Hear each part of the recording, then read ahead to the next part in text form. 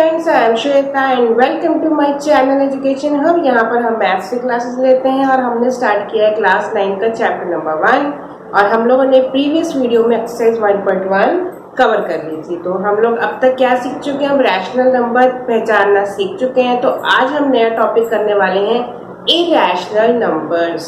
Rational numbers क्या होते थे? वो नंबर्स जिनको हम P/Q फॉर्म में लिख सकते हैं वो हमारे होते थे rational numbers, and irrational numbers just उसका अपोजिट है। अब हम लोगों ने काफी नंबर्स डिस्कस किए थे। इंटीजर्स हो गए, होल नंबर हो गए, नेचुरल नंबर हो गए, डेसिमल, फ्रैक्शन, सारे के सारे हमारे जो थे रैशनल नंबर्स थे। तो अब हम सीखेंगे कि इरैशनल नंबर्स को हम कैसे पहचान सकते हैं, कौन से नंबर हैं जो इरैशनल नंबर हो सकते हैं। क्योंकि इरैशनल नंबर वो नंबर होते हैं जो P/Q फॉर्म में नहीं होते। तो let's read the statement. A number is called irrational if it cannot be written in the form of P/Q। जो P/Q के फॉर्म में हम लिख ही नहीं सकते, ऐसे नंबर हमारे होते हैं इरैशनल। तो हम सोचोगे ऐसे कौन से नंबर है जिनको हम P/Q फॉर्म में लिख नहीं सकते, क्योंकि हम लोगों ने सारे के सारे नंबर तो डिस्कस कर लिए थे जो रैशनल नंबर होते हैं, और रैशनल नंबर्स हमारे इनफाइनाइट नंबर्स होते हैं। तो हम समझते हैं where P and Q are integers and Q is not equal to 0। Same statement है, जो रैशनल नंबर की डेफिनेशन थी वही इरैशनल की डेफिनेशन है, बस इतना फर्क है यहाँ पे लिखा है can not be written in the form. और रैशनल नंबर क्या था? A number is called rational number if it can be written in the form of P/Q। तो ये जस्ट इसका अपोजिट है। हम लोग P/Q फॉर्म में वो जो नंबर्स नहीं लिख सकते वो होते हैं हमारे इरैशनल नंबर्स। अब ऐसे नंबर्स कौन से हो सकते हैं? अब आप लोग देखो, मैं कुछ एग्जांपल्स दे रही हूँ। ऐसे नंबर्स वो होते हैं जो जिसके आगे हम अंडर रूट लगा देते हैं। जैसे अंडर रूट हो गया 2, अंडर रूट हो गया 3, अंडर रूट हो गया 5, under root 7 and so on. ठीक है, पर इसमें भी एक कंडीशन है। जैसे मैंने यहाँ पे अंडर रूट लिख दी है, अब देखो बीच में मैंने यहाँ पर अंडर रूट 4 नहीं लिखा, मैंने अंडर रूट 6 नहीं लिखा, मैंने अंडर रूट 8 नहीं लिखा, मतलब आगे के मैंने अंडर रूट नहीं लिखे। तो हमें इस चीज का ध्यान रखना है कि वो वाले अंडर रूट जिनका अंडर रूट हम निकाल ही नहीं सकते, आप कह सकते हो प्राइम नंबर्स। प्राइम नंबर्स आपको पता है, जो नंबर प्राइम होते हैं अंडर रूट में हो, जिनको हम सॉल्व नहीं कर सकते, वही नंबर हमारे इरैशनल नंबर्स होते हैं। अगर हमने यहाँ पे अंडर रूट 4 लिखा तो इसको तो हम सॉल्व करेंगे तो हमारा आंसर 2 आ जाएगा, और 2 को हम रैशनल नंबर में लिख सकते हैं 2/1, तो ये हमारा रैशनल नंबर हो जाएगा। इसलिए अंडर रूट 4 हो गया, अंडर रूट 8 हो गया, अंडर रूट 9 हो गया, ये सारे के सारे हमारे जो है इरैशनल नंबर नहीं है, क्योंकि इनका ये परफेक्ट स्क्वायर है। तो हमें कंडीशन क्या है? जो कि नॉट परफेक्ट स्क्वायर होंगे, जो नॉट परफेक्ट स्क्वायर होंगे वही हमारे इरैशनल नंबर्स कहलाएंगे। अब एक चीज और है, परफेक्ट स्क्वायर भी और परफेक्ट क्यूब भी। नॉट परफेक्ट स्क्वायर और नॉट परफेक्ट क्यूब। क्लियर? अब जैसे ये अंडर रूट 8 था, ये हमारा स्क्वायर रूट में तो आता नहीं है, पर अंडर रूट 8 को हम 2 मल्टीप्लाई बाय 2 लिख सकते हैं। तो ये हमारा अंडर रूट क्यूब रूट आ रहा है। इसका आंसर कितना आ रहा है? 2 और 2 आ रहा है, क्यूब रूट आ रहा है इसका, इसलिए ये भी हमारा इरैशनल नंबर नहीं है। अब इसको सॉल्व करेंगे तो 3 3 जा 9, ये भी हमारा इरैशनल नंबर नहीं है। क्लियर हो गया आप लोगों को? वो नंबर्स जिनका हम परफेक्ट स्क्वायर नहीं निकाल सकते, मैक्सिमम आप ये ध्यान रखो, वो नंबर्स जो प्राइम नंबर्स होते हैं उनके ऊपर अगर अंडर रूट लगा है तो वो वाले नंबर्स आपके सारे के सारे क्या कहलाएंगे? Irrational numbers. इनके अलावा एक नंबर, एक चीज और है, आपने ये देखा होगा, इसको बोलते हैं पाई। आप लोगों ने एरिया निकालते थे सर्कल का, उसका सर्कमफ्रेंस भी निकालते थे, तो हम पाई की यूज करते थे। पाई की वैल्यू क्या होती है?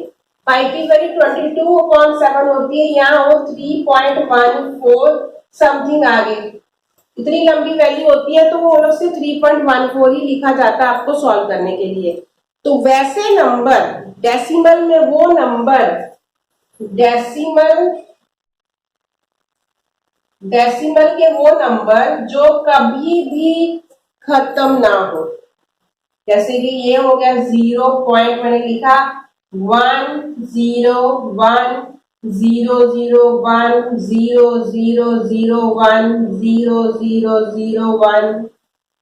तो इस टाइप का मैंने आपको जस्ट एक एग्जांपल दिया है कि अगर डेसिमल में नंबर अगर रिपीट भी ना हो, ये भी नहीं कि रिपीट हो रहे हैं, ये नहीं कि 1 1 1 1 ही आ रहा है या 3 3 3 आ रहा है, रिपीट भी नहीं होने चाहिए। वो नंबर जिनका पैटर्न भी सेम ना हो और जो कभी भी खत्म ना हो, वैसे नंबर। जैसे ही हमारा ये इसकी वैल्यू है, इसको अगर डिवाइड करते जाओ डेसिमल के बाद, तो डेसिमल के बाद डिवाइड होता ही जाएगा, होता ही जाएगा, रिमाइंडर हमारा 0 नहीं आने वाला। और कोई भी नंबर जो है, एक आध नंबर रिपीट हो सकता है, बट कोई भी पैटर्न नंबर, या जैसे मतलब 5 6 ग्रुप वैसे 1 0 0 1 तो बार बार वो पैटर्न रिपीट कभी भी नहीं होता। क्लियर? तो वो नंबर जो जिनके जो रिपीटिंग में सॉरी जो नंबर जो कभी एंड नहीं होते और जिनका कोई पैटर्न, एक पैटर्न में होते हैं, जो रिपीट नहीं होते, सिंपल है, जिनका रिमाइंडर 0 नहीं आता और जो रिपीट भी नहीं होते, वो वाले नंबर्स जो हमारे होते हैं इरैशनल नंबर्स। अब आप इसको अच्छे से याद कर लो। इरैशनल नंबर्स वो नंबर्स होते हैं जो कि परफेक्ट स्क्वायर नहीं होते, परफेक्ट क्यूब भी नहीं होते, और जिनका हम अंडर रूट नहीं निकाल सकते, जैसे कि प्राइम नंबर्स हो गए ये। और वो डेसिमल वाले नंबर जिनका कभी कोई एंड नहीं होगा, डेसिमल के बाद एक पैटर्न बना लेते हैं, वो एक पैटर्न की तरह आगे बढ़ते जाते हैं, बढ़ते जाते हैं। तो उन नंबर्स को जो कभी पैटर्न मान लो, या जो कभी खत्म ही ना हो, जो जैसे ग्रुप में रिपीट भी ना हो, वो नंबर्स जो जितने हैं, ये सारे के सारे हमारे क्या होते हैं, इरैशनल नंबर। आई होप आपको ये कंसेप्ट अच्छे से क्लियर हो गया है कि इरैशनल नंबर्स क्या होते हैं। तो अब हम सीखेंगे कि इरैशनल नंबर्स को हम नंबर लाइन के ऊपर कैसे रिप्रेजेंट कर सकते हैं। मैंने प्रीवियस वीडियो में समझाया था कि हम नंबर लाइन पे रैशनल नंबर्स तो सारे रिप्रेजेंट कर ही सकते हैं, उसके अंदर जितने भी आते हैं, whole number, natural number, fraction, decimal, integers, हम सब नेचुरल सबको नंबर लाइन पे रिप्रेजेंट कर सकते हैं। कि इरैशनल नंबर्स को भी हम रिप्रेजेंट कर सकते हैं नंबर लाइन पे। तो ये अंडर रूट वाले नंबर्स को कैसे हम रिप्रेजेंट करेंगे, अब हम ये सीखते हैं। अब हम सीखेंगे कि हम अंडर रूट 2 को नंबर लाइन पे कैसे रिप्रेजेंट कर सकते हैं। अब अंडर रूट 2 को नंबर लाइन पे कैसे रिप्रेजेंट किया जाएगा, हमने तो नंबर लाइन सीखी है सिंपल इंटीजर्स में, इधर नेगेटिव होते हैं नंबर, इधर हमारे पॉजिटिव नंबर्स होते हैं। अंडर रूट हमारा कैसे आ सकता है?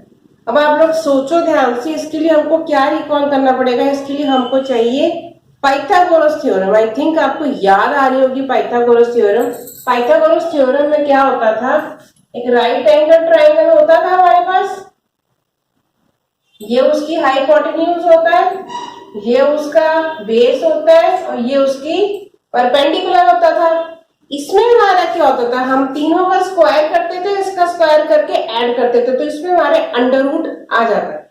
चलो आपको वैसे भी ध्यान रखना है कि जब अंडर रूट को नंबर लाइन पे निकालना है तो हमें इसका ध्यान रखना पड़ेगा।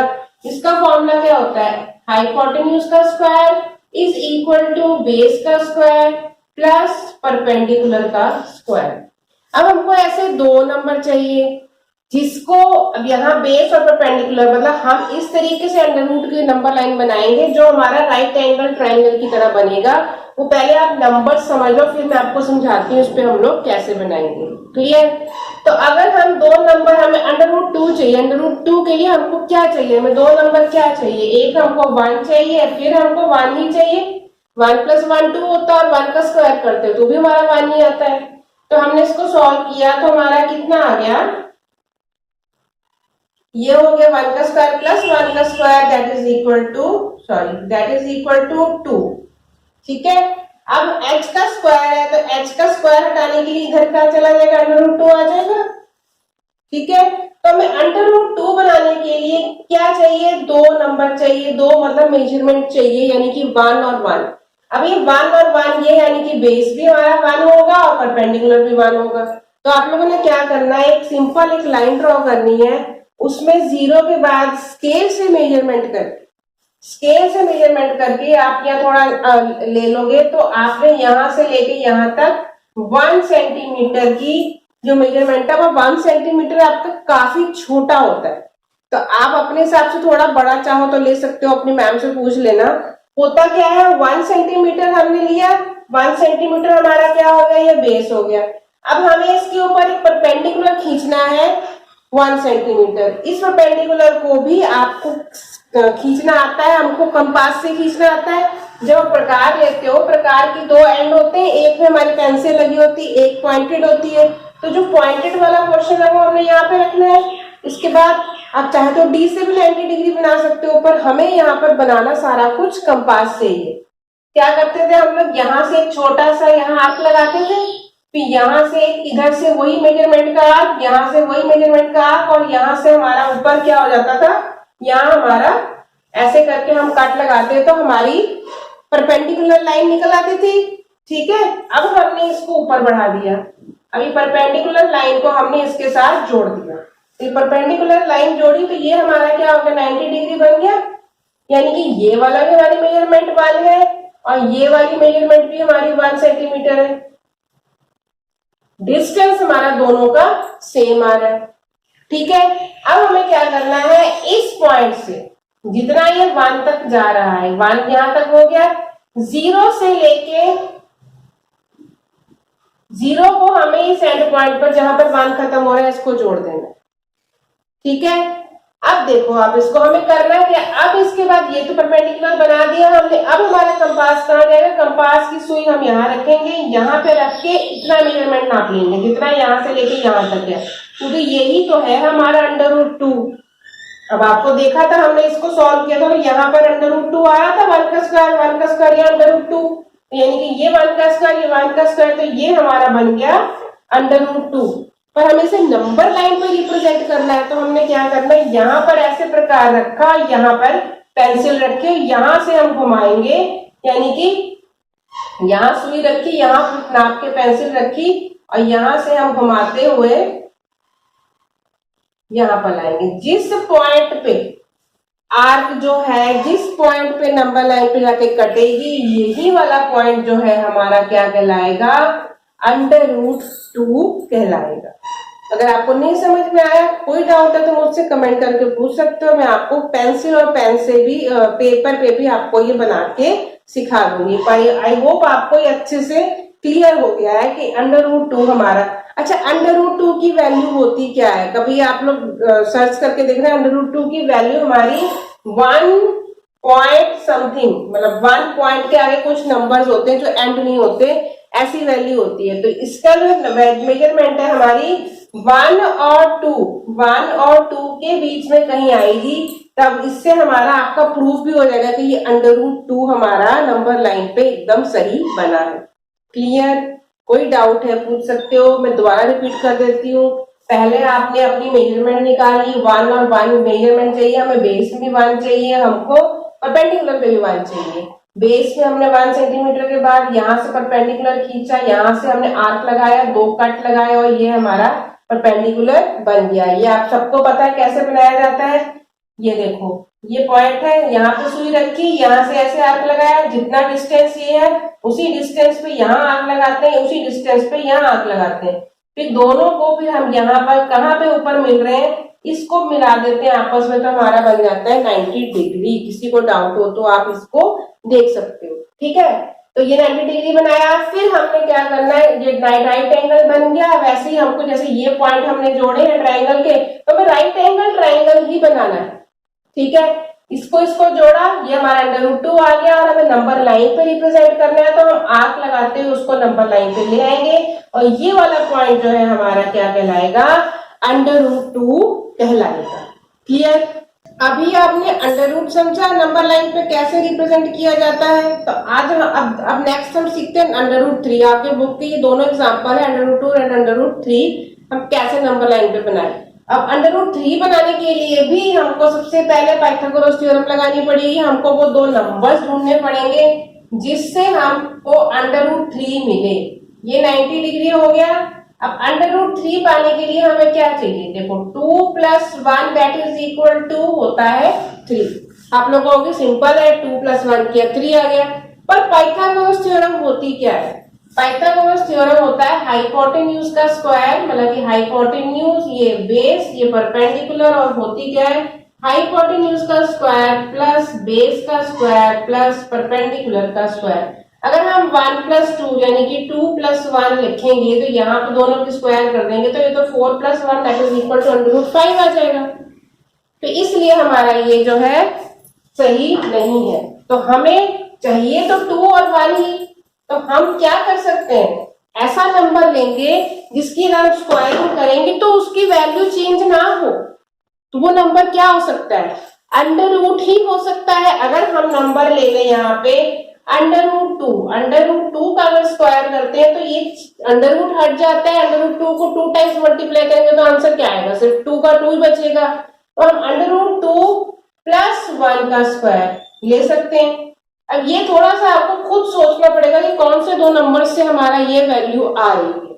ठीक है, √2 का स्क्वायर किया, यहाँ आया 2, यहाँ पर आया 1 का स्क्वायर 1, यहाँ आ गया 3, और हाइपोटेन्यूज का जो हम निकालेंगे तो यहाँ √3 यानी कि हाइपोटेन्यूज हमारी निकल आई √3, और बेस हमको चाहिए √2, और यहाँ हमको चाहिए यहाँ हमको चाहिए 1। अब इसको नंबर लाइन पे रिप्रेजेंट करते हैं। अब बताओ, बेस हमको चाहिए √2, अब नंबर लाइन पे √2 तो हम बना नहीं सकते। हमने नंबर लाइन पे √2 अभी बनाया था प्रीवियस, इससे पहले हम जो मैंने आपको सिखाया वो आपको हमने उससे बनाया था √2।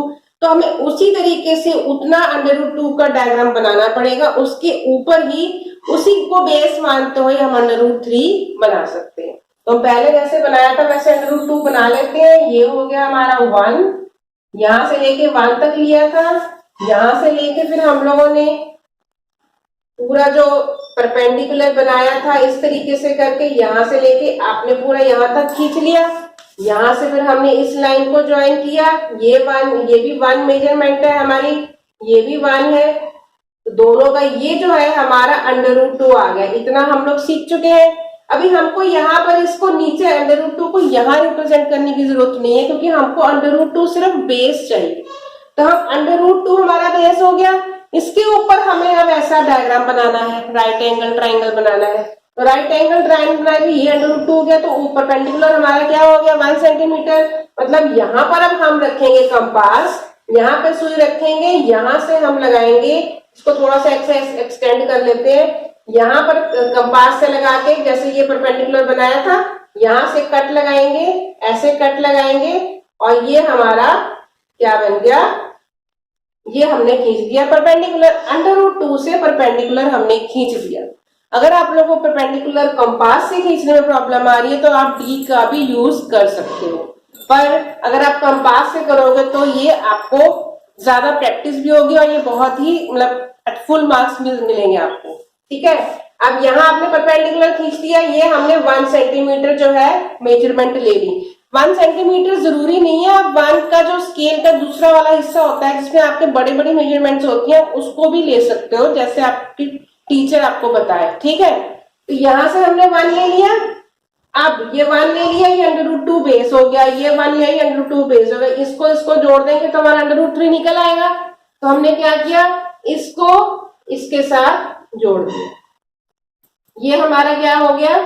आप चाहे तो इनकी नेमिंग कर लो, ये A, ये B, ये C, ये जो है यानी कि ये हमारा क्या निकल के आया, ये हमारा निकल के आया √3। अब √3 को नंबर लाइन पे रिप्रेजेंट करने के लिए सेम वही प्रोसेस करेंगे जैसे √2 को किया था। यहाँ से यहाँ कंपास रख के हमने इसको आर्क लगाया था, यहाँ पर हमको सुई रखनी है, यहाँ पर हमें खोल के यहाँ से यहाँ रखना है, यहाँ पर पेंसिल आएगी और यहाँ से हमारा आर्क जो है लगता लगता यहाँ पहुंचेगा। तो ये जो पॉइंट है ये हमारा कहलाएगा √3। क्लियर? कोई भी डाउट हो मुझसे जरूर पूछना कमेंट करके। आपको आई होप समझ में आ गया होगा। √2 हमें पहले बेस बनाना पड़ेगा, √2 के ऊपर ही हम √3 का मेजरमेंट लेंगे और उससे हमारा ये निकल आएगा। अब इसी चीज को मैं आपको डबल ट्रायंगल ना बनाना पड़े एक और मेथड आपको बताती हूँ। ये आपकी बुक में मेथड नहीं है, पर आप इस मेथड को भी यूज कर सकते हो। आपके बुक में यही वाला मेथड दिया हुआ है। ठीक है, अब जैसे ये आपने नंबर 2 √2 से जो बनाया था, यहाँ पर हमने √2 बनाया, यहाँ पे 1, पर आप इसको लोगे तो ज्यादा इजी पड़ेगा, नहीं तो पहले हमको बनाना तो √2 का डायग्राम पड़ेगा। यहाँ से हमने अंदाजे से जो लेके यहाँ से पूरा बनाया था, तो √2 हमारा कहाँ पर आ रहा था, यहाँ पर हमारा √2 आ रहा था। ये वाला पॉइंट हमने प्रीवियस पार्ट में हमने √2 निकाला था। तो आप इसी को भी यहाँ से लेके यहाँ तक को भी बेस मान सकते हो, ये भी तो आपका √2 ही है। अगर आपने नंबर लाइन पे रिप्रेजेंट कर दिया 1 से लेके, जब आर्क बना के ये √2 जो है, ये √2 हमारा यहाँ पर आया, ठीक है। तो ये वाला जो हिस्सा है यहाँ से लेके यहाँ तक का हिस्सा, ये अगर बेस है, ये तो बेस है, यही तो हमारा √2 है, क्योंकि हमने नंबर लाइन पे रिप्रेजेंट किया √2 को, ये हमारा √2 हो गया। इसको बेस मान के भी हम ऐसा डायग्राम √3 का बना सकते हैं। यहाँ से हमने कंपास लेके परपेंडिकुलर खींचा और यहाँ से हमने इसको मिला दिया, ये हो गया हमारा √3, ये होगी मेजरमेंट 1, और यहाँ से आर्क लेके जब हम यहाँ लगाएंगे तो ये निकल आएगा √3। ठीक है, समझ में आया। √2 का जो मार्क हमने लगाया उसी मार्क से हम √3 बना सकते हैं, पर आपको √2 तो पहले मार्क करना ही पड़ेगा डायग्राम में, इसीलिए ये वाला जो है मेथड ज्यादा इजी है, मतलब आराम से आप कर सकते हो। पर मैंने आपको मुझे लगा आपको बताना चाहिए, तो मैंने आपको बताया कि आप इस बेस पे भी अगर कहोगे हमें इसी बेस पे बनाना है, नंबर लाइन पे ही बनाना है, तो नंबर लाइन पे पहले √2 का निशान लगा लो, फिर वो बेस मान के उस पर परपेंडिकुलर खींच के हम √3 का बेस, √3 का जो नंबर लाइन पे रिप्रेजेंट कर सकते हैं। तो ये हो गया मेथड। आई होप आपको ये भी मेथड अच्छे से क्लियर हो गया है कि हम नंबर लाइन पे कैसे रिप्रेजेंट करते हैं अंडर रूट्स वाली वैल्यू को। ऐसे ही हम आप लोग प्रैक्टिस करना घर पे, √5 का √7 का बना के देखना। उसको बनाने से पहले आपको पाइथागोरस थ्योरम लगा के उनको दो नंबर्स को ढूंढना होगा। जैसे कि √5 का तो आपकी बुक में एग्जांपल दिया है, तो ऐसे ही आप मुझे कमेंट करके बताओगे कि √7 में हम कौन से 2 डिजिट्स के नंबर ले सकते हैं जिसको पाइथागोरस थ्योरम के अकॉर्डिंग हमारा √7 यहाँ पर आंसर आएगा। तो आई होप आपको ये पूरा कंसेप्ट अच्छे से क्लियर हो गया है कि इरेशनल नंबर्स क्या होते हैं और इरेशनल नंबर्स को हम नंबर लाइन पे कैसे रिप्रेजेंट करते हैं। तो आज की वीडियो में इतना ही। नेक्स्ट वीडियो में हम इसी के एक्सरसाइज 1.2 में मिलेंगे। अगर कोई भी डाउट हो आप कमेंट करके मुझसे जरूर पूछ सकते हो, और अगर आपको मेरी वीडियो पसंद आई है तो आप उसको लाइक और शेयर भी करोगे। तो मिलते हैं नेक्स्ट वीडियो में, तब तक के लिए बाय।